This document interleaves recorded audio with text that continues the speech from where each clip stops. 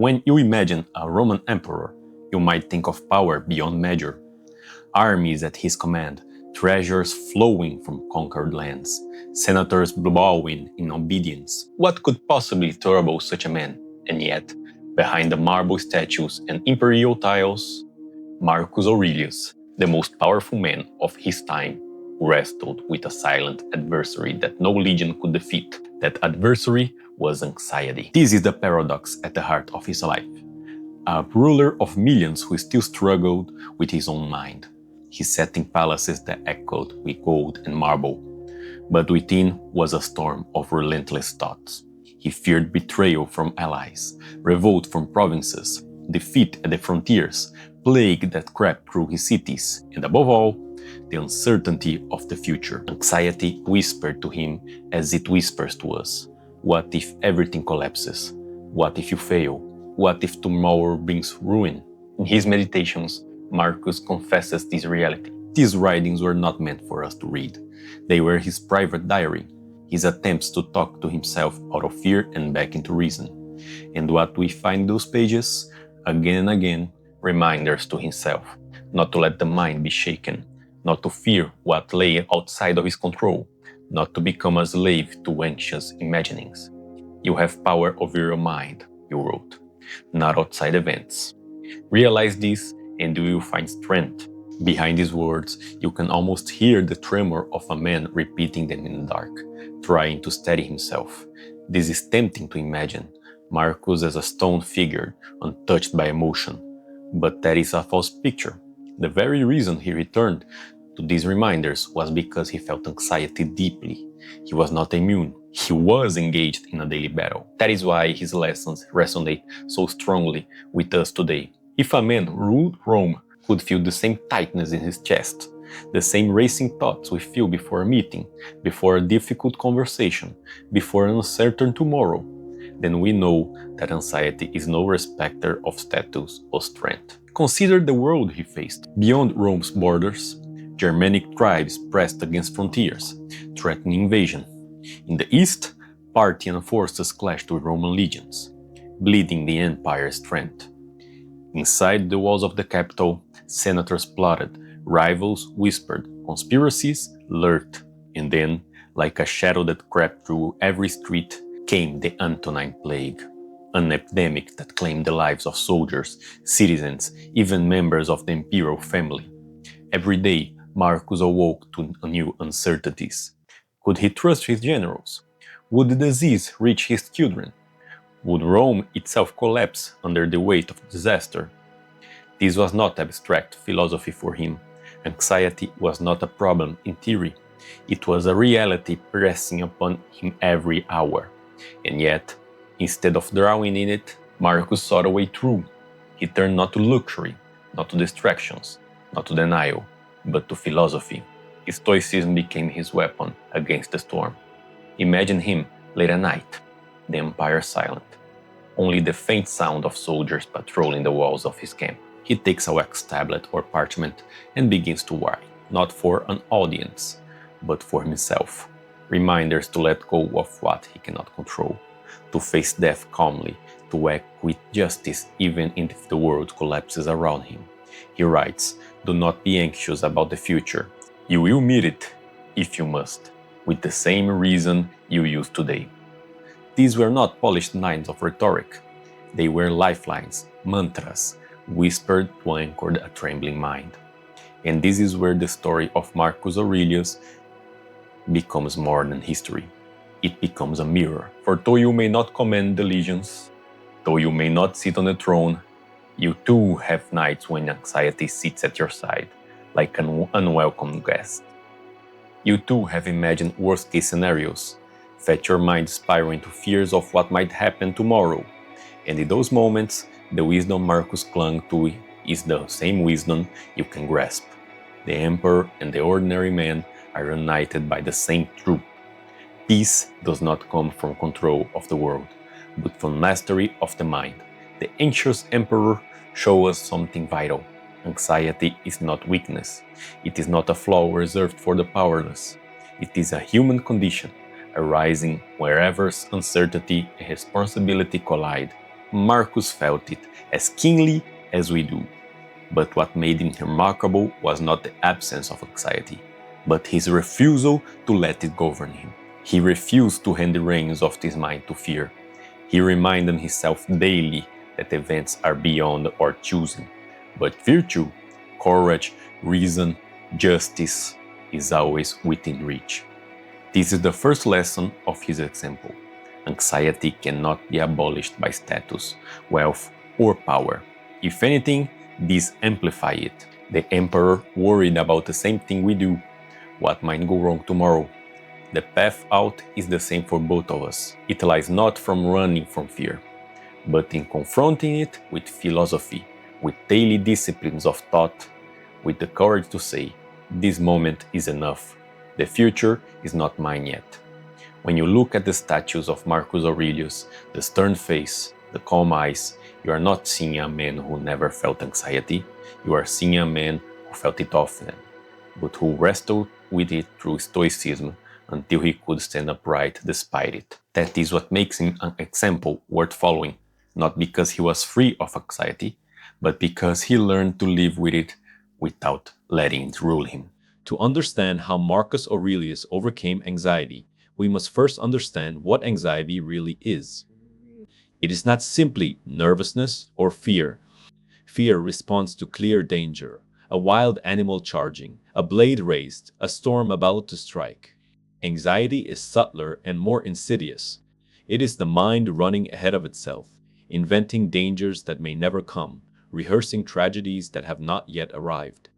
It is the imagination turned against itself, creating a future that haunts the present. The Stoics saw anxiety as a misuse of one of our greatest gifts, reason. The human mind is capable of anticipating, planning, preparing. This ability has allowed us to build civilizations, to plant crops before harvest, to craft laws before chaos. But when reason fixates on what cannot be controlled, it mutates into anxiety. It becomes a constant whisper. What if I fail? What if they betray me? What if tomorrow brings disaster? In this way, the gift of foresight becomes the torment of foreboding. Marcus Aurelius faced this truth constantly. As emperor, he carried the weight of an entire empire on his shoulders.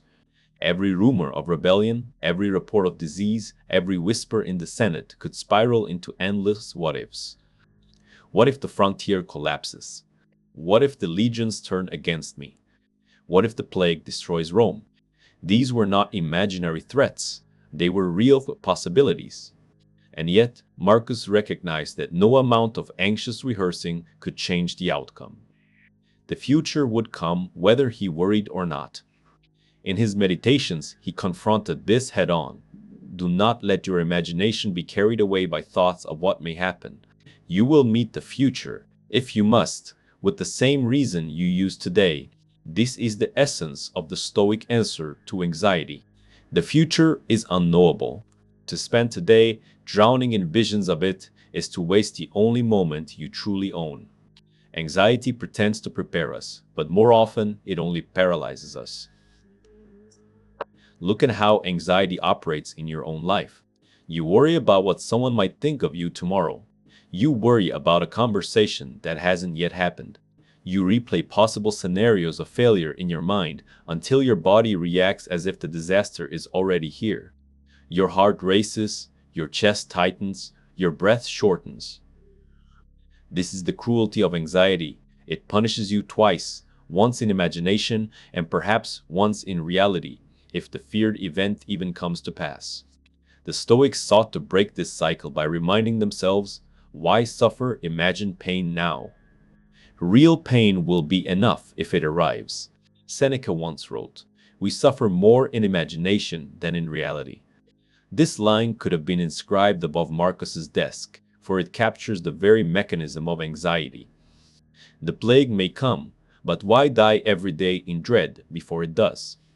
The enemy may attack, but why lose countless nights of sleep to battles not yet fought?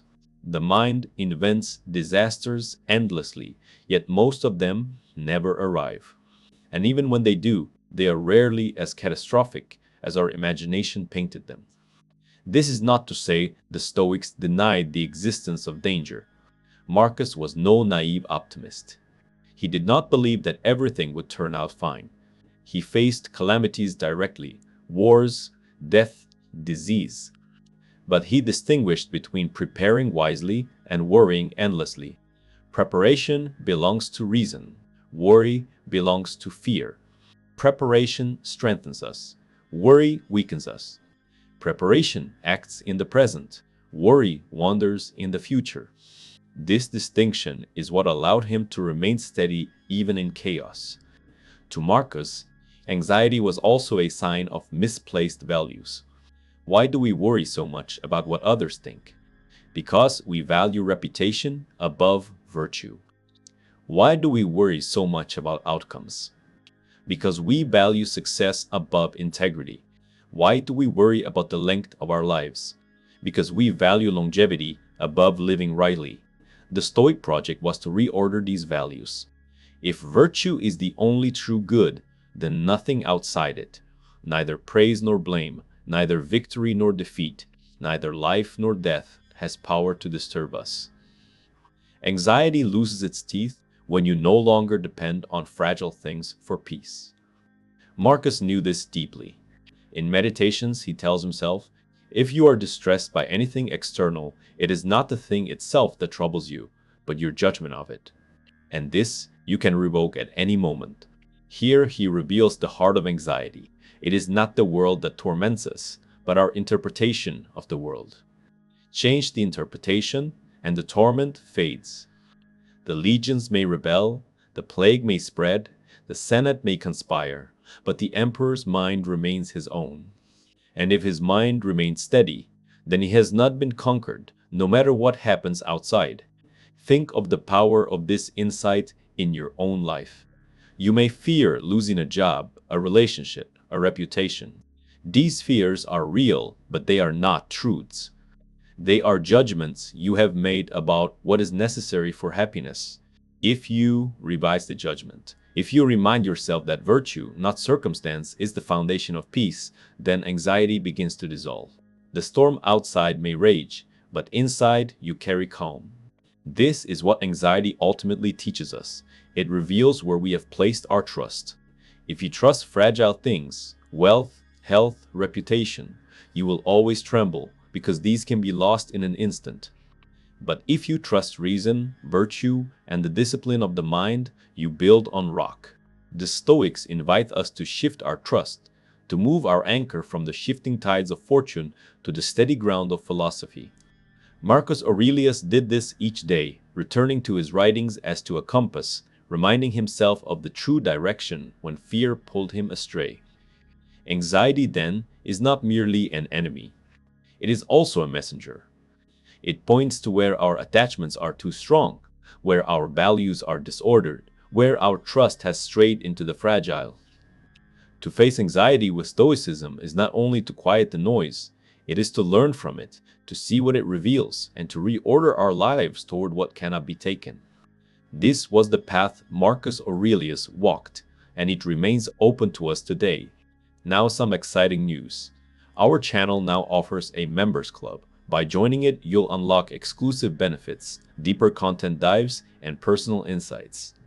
Join us on this journey, and let's build a meaningful life together. And I also humbly ask you to leave a comment, as it helps my channel immensely. If you do not know what to comment, just write "better every day" so I know you reached this far. And don't forget to subscribe for more content like this.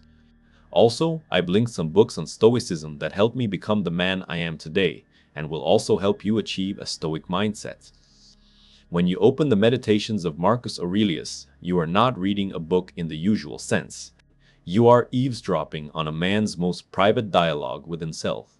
These pages were never meant for the eyes of others. They were not polished speeches, not philosophical treatises for public consumption. They were reminders, whispers in the dark, urgent instructions from the emperor to his own restless mind. In them, we glimpse not the marble emperor of statues, but the trembling man who fought anxiety with words forged in philosophy.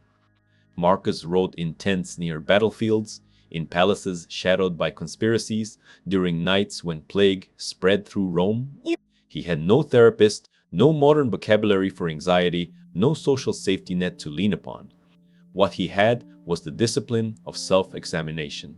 Each page of his diary became a shield, each line a weapon against fear. Do not be anxious about the future, he told himself. You will meet it, if you must, with the same reason you use today. These words are not declarations of strength. They are lifelines, repeated because he needed them again and again. Because writing slows the storm. Anxiety thrives in silence, in the dark corners of the mind where thoughts spiral unchecked. To put them on the page is to drag them into the light, to examine them with reason. Marcus's diary became his battlefield, where fear and philosophy wrestled each other nightly. By writing, he could catch the lies of anxiety, lies about what was in his control, lies about the weight of reputation, lies about the terror of death, and answer them with the truth of Stoic doctrine. Notice how often he returns to the same themes: control versus helplessness, the brevity of life, the indifference of reputation. This repetition is not weakness, it is practice. Anxiety does not vanish with a single insight. It creeps back, disguised in new forms. And so Marcus rehearsed his defenses. He reminded himself daily that the future is unknowable, that the present is enough, that virtue is the only true good. In this way, his diary was not a record of victory, but a daily drill to keep his sword sharp. One entry reads, "Do not be disturbed by the opinions of others. They are not masters of your soul." Another, "If you are pained by any external thing, remember it is not this thing that disturbs you, but your judgment of it. And this you have the power to revoke at once." These are not abstract slogans. They are Marcus speaking to Marcus, calming his own heartbeat, steadying his mind when shadows of anxiety threaten to overwhelm him. Think of the courage it takes to admit this need. An emperor, master of legions, confesses in private that he must remind himself daily not to fear, not to despair. There is no arrogance here, no illusion of perfection. Instead, there is humility, the recognition that the battle against anxiety is never won once and for all, but fought each day with vigilance. And here lies a profound lesson for us. Many people believe that if they feel anxiety, they have failed, that peace of mind should be permanent, that strength should be unshakable. Marcus shows us otherwise. Even the wisest, even the strongest, even the most powerful human beings feel anxiety. What separates them is not the absence of fear, but the refusal to surrender to it. Marcus did not eliminate anxiety. He trained himself to coexist with it without being ruled by it. His diary was the training ground. Consider how modern people use journals today. Therapists recommend writing down worries, reflecting on patterns, reframing thoughts. This is nothing new. Marcus was doing it nearly 2,000 years ago. His meditations are the ancestor of every modern practice of journaling for mental health. When you read his words, you are reading a man in therapy with himself. But there is another layer. Marcus's writing is not only about calming himself, it is about orienting himself toward virtue. Anxiety often arises from misplaced priorities, fear of what others think, fear of losing wealth, fear of failure. Marcus reminds himself again and again, these things are not what matter. Do not waste what remains of your life in worrying about others, he wrote. It is not their judgments that matter, but your alignment with nature. In other words, the cure for anxiety is not simply to calm the nerves, but to return to the true goal of life, living with justice, wisdom, courage, and temperance. Imagine Marcus, alone with his tablet, asking himself questions. Have I acted justly today? Did I allow anger or fear to rule me? Did I cling to things outside my control? Did I remember that death is inevitable and therefore not to be feared? Each question is a blow against anxiety, because anxiety thrives where clarity is absent. The diary provided that clarity. We too can adopt this practice. You do not need an empire to feel anxious. Modern life supplies more than enough triggers. But you also do not need an empire to fight back. You need only a pen, a page, and the courage to be honest. Write your fears, name them, and then answer them with reason. Repeat the truths you need to hear, not once, but daily. Just as Marcus rehearsed his defenses, you must rehearse yours. And remember, writing is not weakness. It is strength in practice. To need reminders is not failure, it is human. Marcus Aurelius, Emperor of Rome, needed them. You too will need them. The difference between drowning in anxiety and overcoming it lies in whether you practice the discipline of reminding yourself what is true. This secret dialogue in his diary is perhaps Marcus's greatest gift to us. For in reading it, we see that even the highest among men was vulnerable. Even the emperor was anxious. Even the ruler of Rome whispered to himself in the dark. And if he, with all his burdens, could find peace through philosophy, then so can we. His words, once private lifelines, now become public torches, lighting the path for anyone who dares to confront anxiety with reason and virtue. Marcus Aurelius did not master anxiety through sheer willpower alone. He conquered it through practice. For him, philosophy was not something to be spoken of in grand halls or debated in the Senate. It was a daily exercise, a training of the soul as real and necessary as the training of soldiers in the field. Just as a legionary would polish his sword and drill his movements until they became instinct, Marcus polished his mind with repeated disciplines until, when fear rose, reason was ready to meet it. One of the most powerful methods he used was the premeditation of evils. Anxiety thrives on shadows, on vague worries that hover without form. The mind whispers, something terrible is coming. Something will collapse. Something will break. But Marcus, instead of fleeing from these whispers, dragged them into the open. He imagined the very worst. He pictured defeat in war, betrayal in politics, sickness in his family, even his own death. By forcing himself to look at these possibilities, he robbed them of their sting. If they came to pass, he would not be surprised. If they did not, then he had enjoyed peace without being caught off guard. When the mind rehearses the worst, it discovers that the worst is almost always bearable. He also trained himself daily in the great division that the Stoics held sacred, the separation between what lies within our control and what does not. This was his anchor in storms. When plague tore through Rome, when enemies pressed on the frontiers, when senators whispered behind his back, Marcus could not dictate those events. But he could decide whether he would act justly, whether he would remain calm, whether he would speak with integrity, whether he would let rage or despair seize him. Anxiety often springs from the desperate attempt to control what is uncontrollable. By cutting away what was not his, Marcus discovered the calm of focusing only on what he truly owned, his judgments, his actions, his choices. Everything else he released, like sand slipping through his fingers. But even with these practices, fear has a way of magnifying itself, of making troubles seem vast and unbearable. To combat this, Marcus would lift his mind above the immediate. He would imagine himself rising above the earth, seeing not just Rome, but the sweep of empires, the march of centuries, the stars burning in silence. From that height, what are the troubles of one man, even an emperor? A grain of sand on an endless shore.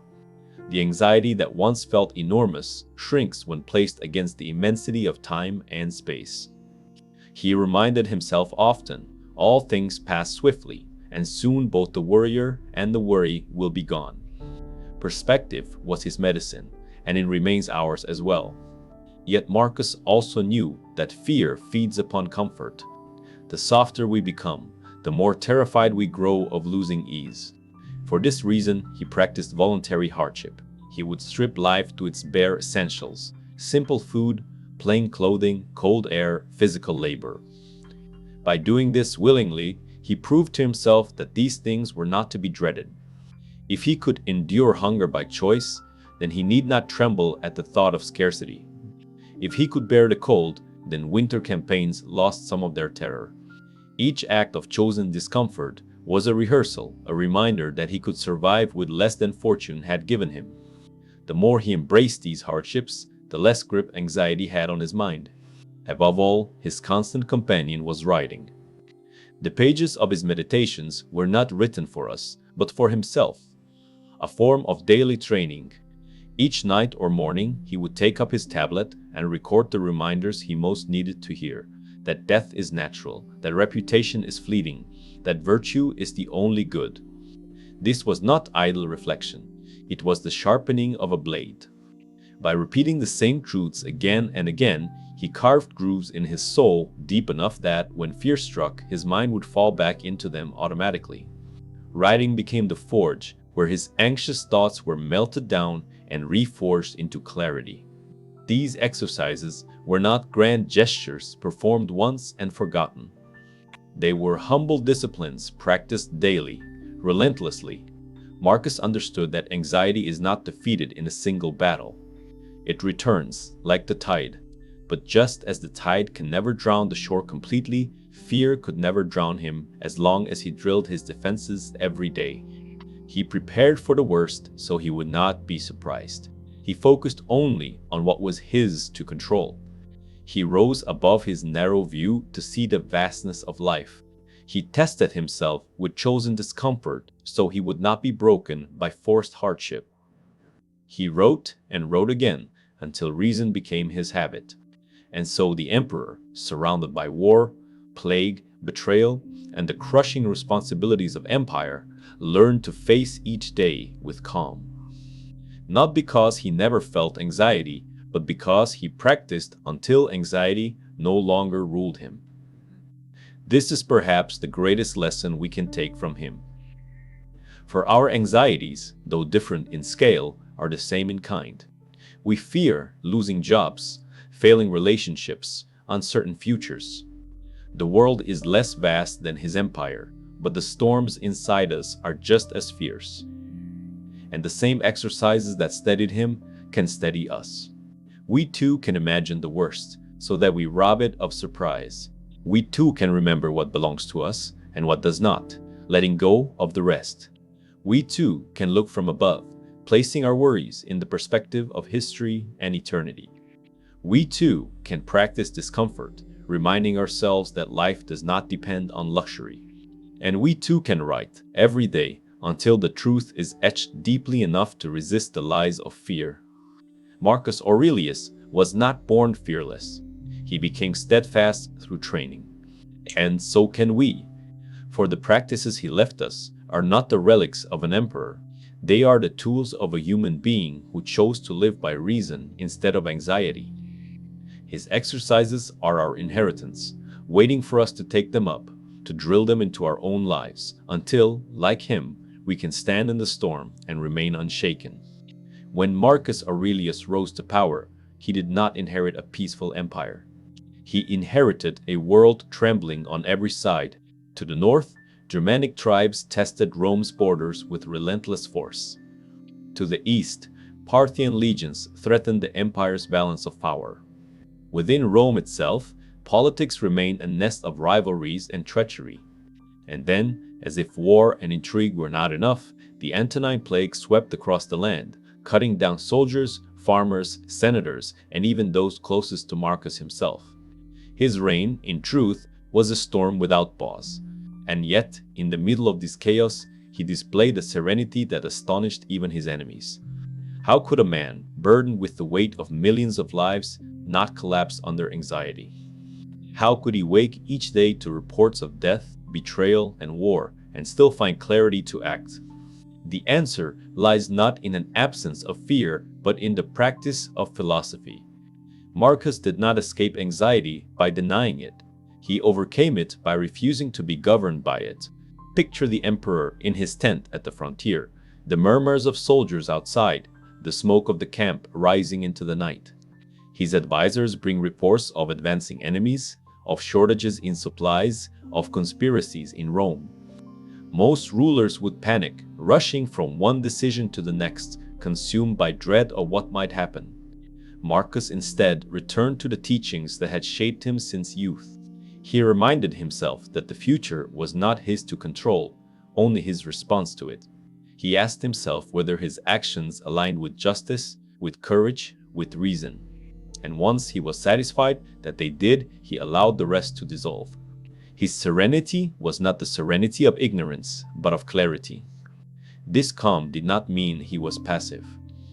On the contrary, he fought wars, made reforms, led armies, and passed judgments, but he acted without desperation. He did not cling to outcomes, nor allow anxiety to distort his reason. He knew that even emperors cannot dictate fate. Armies can be lost. Cities can fall. Plagues can ravage. But no external disaster can rob a man of his capacity to act with integrity.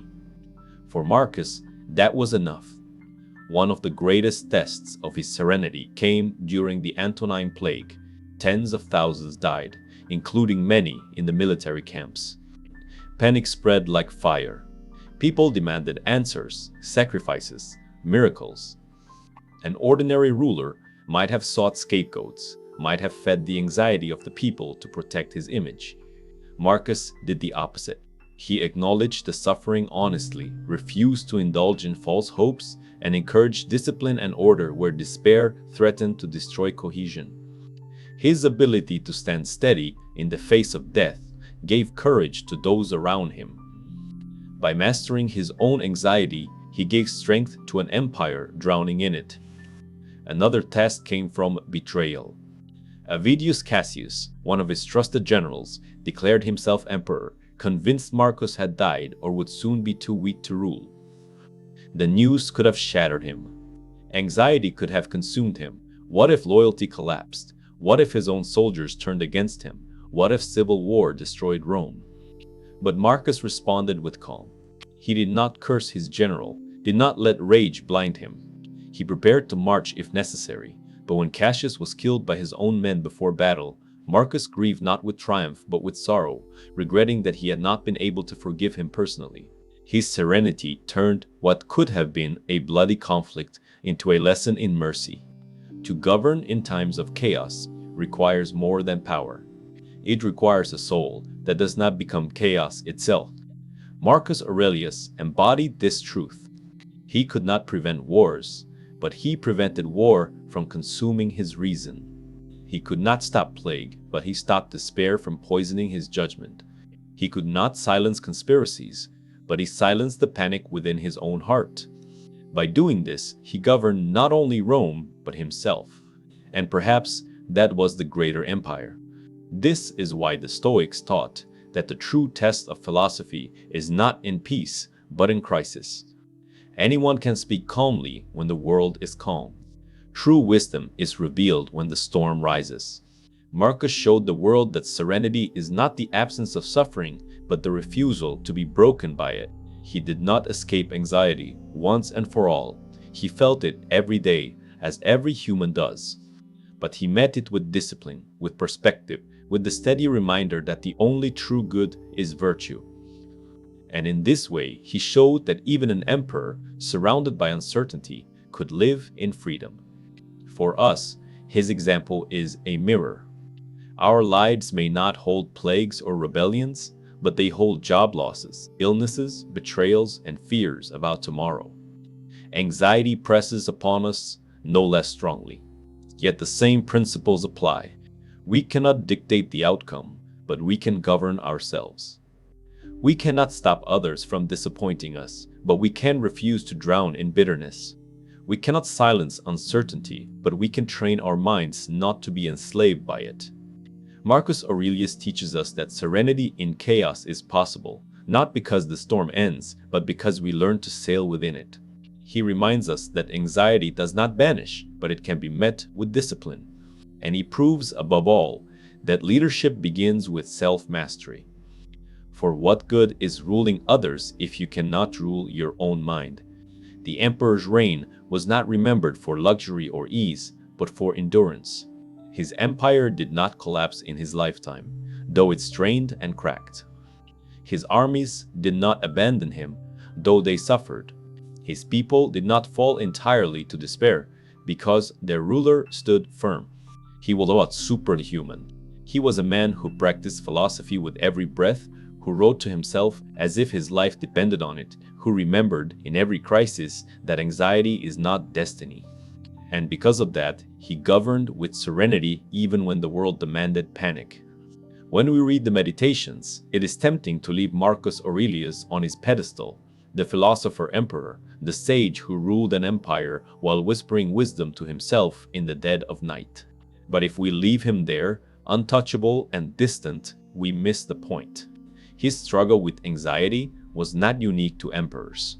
It was human, and the lessons he carved into wax and parchment were not written for marble statues or future historians. They were written for a trembling mind trying to remain steady. That is why they still speak to us across 2 millennia. Think of your own life. You may not command legions or face invading tribes. Your throne may be an office chair, your empire a small apartment, your battlefield, the silent arena of your own thoughts. And yet, the anxiety Marcus knew is the same that you know. It is the same storm of what ifs, the same dread of tomorrow, the same racing mind that cannot rest. The context changes, but the condition is timeless. If philosophy steadied an emperor, it can steady you. The first lesson is that anxiety does not mean failure. Marcus Aurelius was not calm because he lacked fear. He was calm because he learned how to face fear. He wrote reminders because he needed them. He returned to the same truths again and again because anxiety returned again and again. So it is with us. When worry rises in your chest, do not believe that you are weak or broken. You are human. The question is not whether anxiety visits you.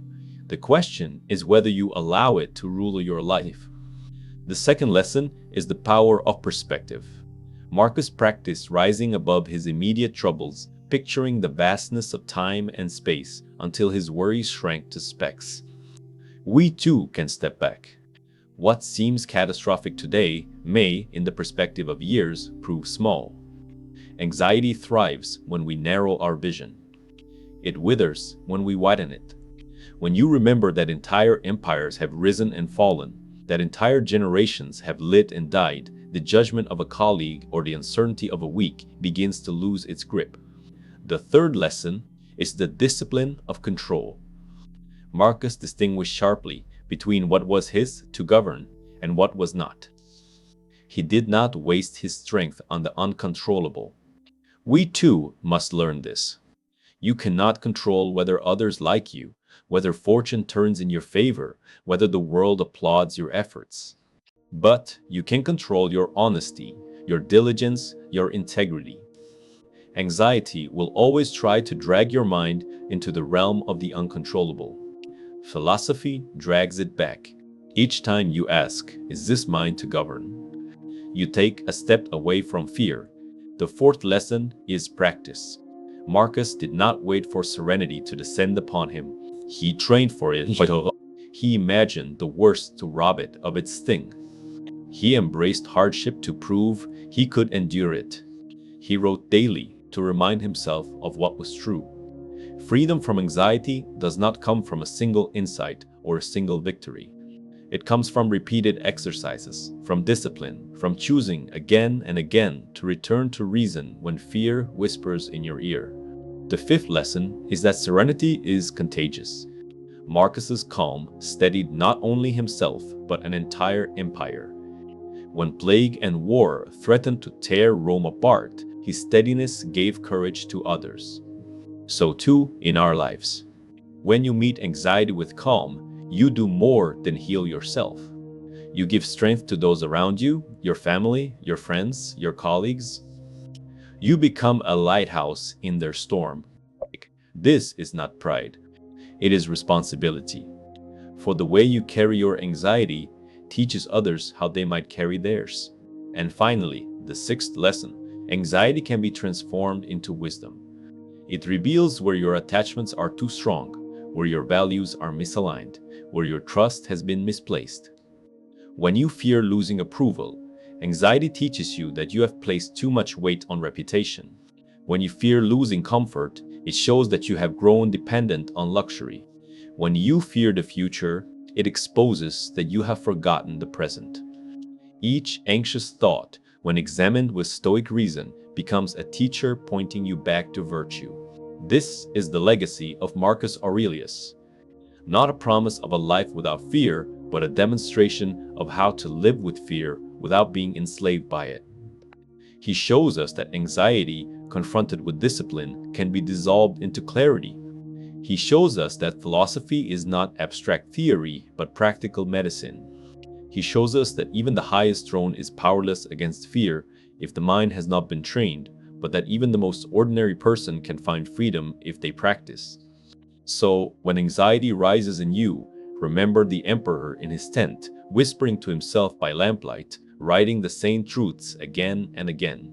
Remember that he felt what you feel, and that he found a way through. And remind yourself, as he did, that you have power over your mind, not over events. That you can meet tomorrow with the same reason you used today. That you can endure more than you imagine. That the fear of judgment, of failure, of death itself cannot rob you of the freedom to live in accordance with virtue. You may not be an emperor, but you are sovereign over your own soul. And that sovereignty is greater than any throne. It is what allowed Marcus Aurelius to govern Rome without collapsing under anxiety. It is what can allow you to govern yourself, to live each day not as a prisoner of dread, but as a free human being aligned with reason. The world will always offer uncertainty. The future will always be unknown. Anxiety will always whisper. But you can answer, as Marcus did, this moment is enough. I will meet tomorrow with the same courage I used today. And with that, you step into freedom. Not freedom from the storm, but freedom within it. Now, if any part of this message has been helpful to you, leave us your like and comment, helping the algorithm recommend it to someone who needs it at this time. Don't forget to subscribe so you don't miss new videos. And if you look through the videos we've already uploaded, you're sure to find something to take with you. Have a good day.